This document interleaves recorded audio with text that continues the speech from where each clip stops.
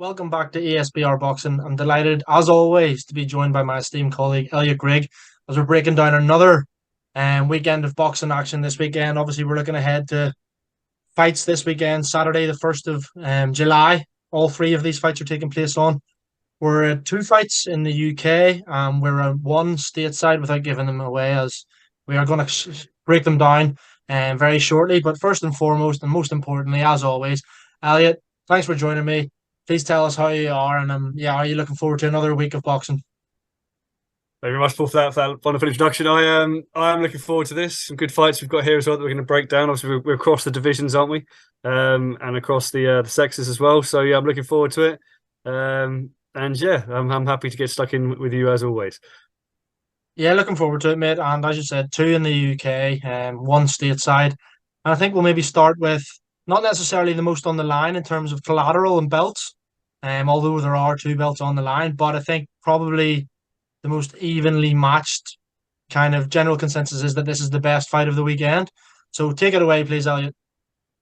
Will do, Paul. Thank you very much. So you're right, we're in the UK, and I don't want to go too Brexit with this breakdown, but we are British title actions on the line here in the super lightweight division, Commonwealth as well. But as the fight that we're talking about is Sam Maxwell versus Dalton Smith, which is taking place in the Sheffield Arena. As we always like to do, myself and Paul will give you a quick tail of the tape, and then we'll sort of break down last Paul for his predictions. Start with Sam Maxwell. So Sam Maxwell comes into this fight with a record of 17-1, 11 KOs, and one stoppage loss. He's 5'11", 72-inch reach. Going through, I suppose, his CV, obviously there's wins on there that I suppose people will be most familiar with.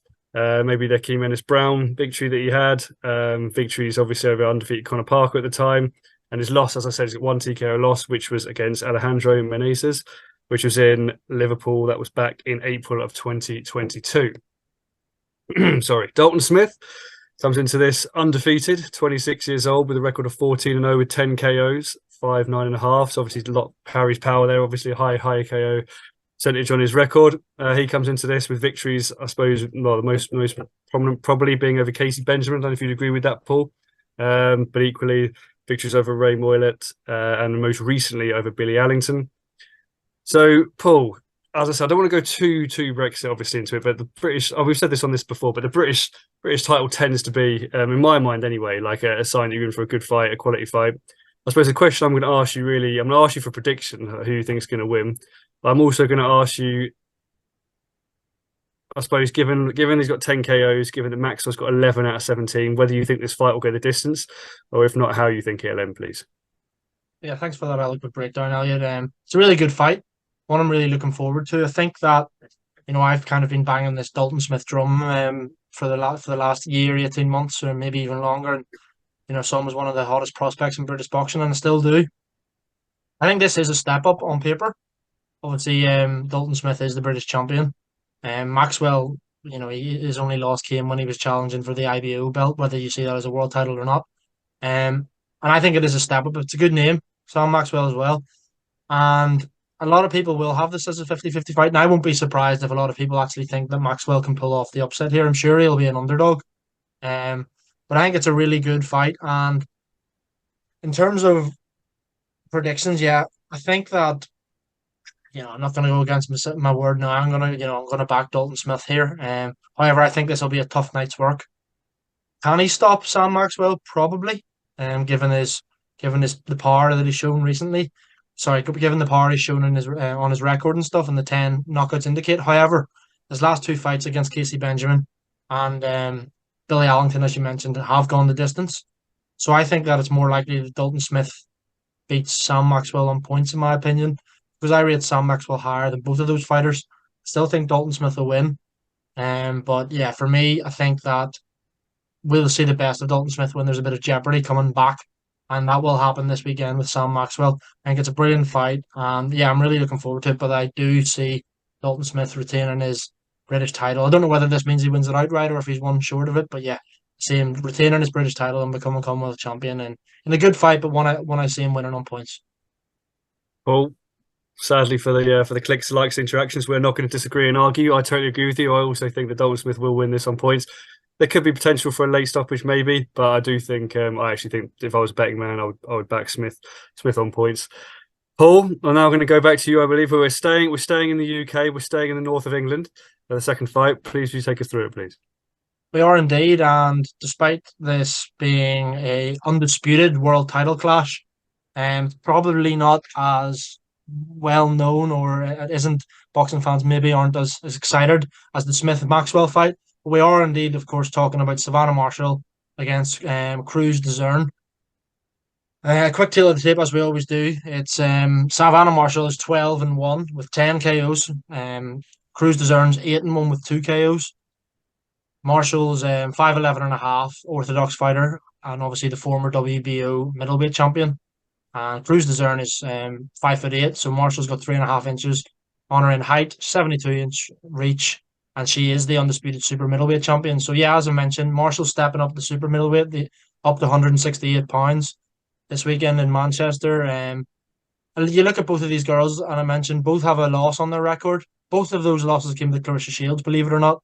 That was Dezern's debut, I think it was.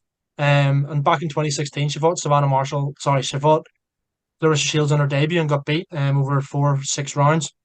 Hasn't lost since. Marshall obviously lost last time out in October of last year to Claressa Shields in their undisputed fight at middleweight. Yeah, and obviously Dezrun became the undisputed super middleweight champion last time out after she beat Elliott and Paul by a wide unanimous decision. And obviously, yeah, we know what happened last time in Marshall Shields. A lot of people fancied Marshall, but Shields ended up putting on a bit of a clinic. My question to you, Elliot, is: do you think that with Savannah Marshall moving up, do you think that her knockout power will convert up to super middleweight? Do you think she'll be able to stop Cruz Dezrun? Because it doesn't look like Cruz Dezrun is a huge puncher in her own right. So do you think that'll translate up to 168 pounds? And then following up that, the question just kind of, do you see this as a 50-50 fight? Do you favour one over the other? Kind of who do you give the edge to?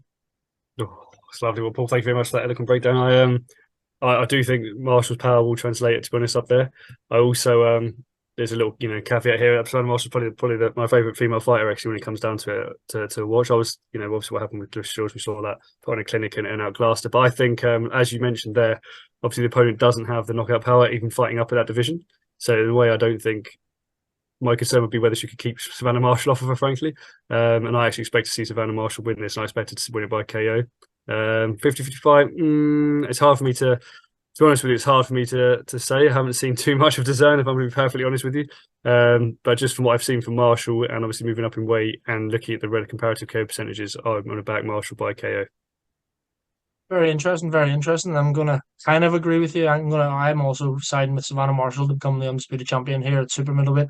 However, I'm gonna go with a unanimous decision victory here. I think this is going the full 10 rounds. I think, although yeah, as you mentioned, Marshall, she's an exciting fighter, massive KO percentage, obviously training down with Peter Fury, and yeah, she is a brilliant fighter. But I look at Cruz Dezrun and think that, like you, not going to sit in here and say I'm an expert on her and have watched all of her fights in depth, but she looks like she looks handy enough. She looks like she knows her way around a boxing ring. Only defeat the Claressa Shields. I think that this could be a close enough fight with Marshall probably winning on points. We'll go maybe 7 rounds to 3, 6 rounds to 4, something like that. I think the size difference will tell. Even though Marshall is stepping up from the division below, she's still the bigger girl here, and I think that'll tell. But yeah, a good fight. Another good fight on UK shores, which I suppose leads us very nicely, Elliot, onto our third and final fight of the weekend, which is not on the UK shores. We are travelling across to the US for a heavyweight dust-up, I believe. We are indeed, Paul. And when we divided up these fights beforehand, I was looking through and thought this is an interesting, intriguing fight, which I still agree with. But I now am even more apparent as to why you've offloaded this one to me, and that's due to the pronunciations of names. So we are, of course, obviously in the US.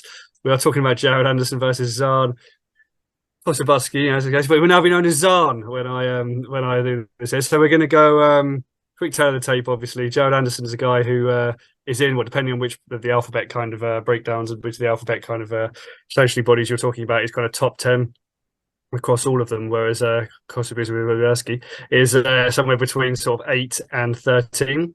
But I'll start with Jared Anderson. So we're looking at a guy here who's got a record of 14-0, perfect record with 14 KOs, 23 years old, 6'4" with a 78.5-inch reach. A lot of excitement around him in the heavyweight division. I suppose the issues will come with matching him. His victories, I suppose, the most prominent victory, probably the record. Looking at his record, would be Jerry Forrest. I don't know if you'd agree with that, Paul. Probably the biggest name on his record to date. But like I said, he's stopped every opponent he's been in with, and we're talking about early stoppages as well. Second round, third round, he went. KO'd. The latest KO that he had on his record was round 6 in a 6-round fight in 2021. Since then, he's gone 2 rounds, 2 rounds, 2 rounds, 2 rounds, 2 rounds, 3 rounds. So specializes in early stoppages. His opponent, whose name need not be ruined by myself yet again, is 34 years old, and he is from Kazakhstan. 19-0 record with 18 KOs, so 6'3" in height. So obviously this is a fight really between two lads that can really punch. I suppose looking at that record, there might not be too many names that people are familiar with. I suppose especially for the casual fan, Joey Dwayko is probably the one that stands out for me. But obviously he's fought Kamil Sokolovsky, who's obviously I suppose a cult hero to many in boxing as well, stopping him unfortunately, which would have broken a lot of hearts in the 10th round of that fight. But yeah, so Paul, what I'm going to ask you really is, I mean, the guy's obviously he's been stationed pretty much in Germany, fighting out there recently, goes over to the US. Jared Anderson is a prospect that people are excited about, but this is obviously a live fight, given the way they are in the rankings, given obviously the power that they've both got. Do you think? I'm not going to insult your intelligence and ask you whether you think this is going to go the distance, but what I am going to say, Paul, is do you see this as a 60-40, a 50-50 fight? Do you see this as basically who lands first, or do you think that Jared Anderson, rated as he is, will have too much for him? Yeah, thanks for that, Elliot. I think this is another really interesting fight. I think when I saw this was on this weekend, I was like, oh, that's a good one. I wouldn't mind watching that if it was on at a credible time for UK fans. But somebody's getting knocked out here. Let's be honest. Is it a matter of who lands first? I favour Jared Anderson. He's looked superb. But then you look at ZHAN, as you mentioned, the Kazakh fighter, and but it sounds ridiculous, obviously, because Sokolovsky's lost quite a lot, but not a lot of people stop him. Yet ZHAN did. So can you read into that? You probably can a little bit. He also knocked out Johan Dupas, who actually challenged Deontay Wilder for the WBC heavyweight title, I believe, when Wilder was on that run of defences after beating Dezrun the first time. Yeah, I would favour an Anderson knockout here. To go early, I honestly don't have a clue. I don't think I don't see this fight going the distance at all, but I do think it's a step up for Anderson. I think we'll find out a little bit more about Jared Anderson this weekend, personally. I'm not going to sit here and say that I'm an expert on KOSSOBUTSKIY or anything like that, but he does look, on paper, he looks like a good fighter. How many good fighters come from Kazakhstan as well. So yeah, 19-0, 18 knockouts. He's clearly a big puncher in his own right, but I think that Jared Anderson is just probably the rising prospect in heavyweight boxing. I think, me sitting here saying that he's going to be a future world heavyweight champion, I'm not going to, that's not an outrageous statement. I think a lot of people believe that. Some people actually believe that he would maybe, he's maybe a top 10 heavyweight now and would give the likes of Joshua problems, could even beat the likes of, Dylan White or fighters of those ilk. So I don't see this going late. I could maybe say finishing in the mid rounds, but I think Anderson will win. But I do see it maybe being, I don't see it being a 2 or 3 round blowout like we've seen recently. Maybe 5, 6, 7, depending on what ZHAN brings. But yeah, it's an interesting fight and an intriguing one, and one that I'm finding very difficult to call. But yeah, calling a knockout. That's all I'm telling you. Definitely knockout.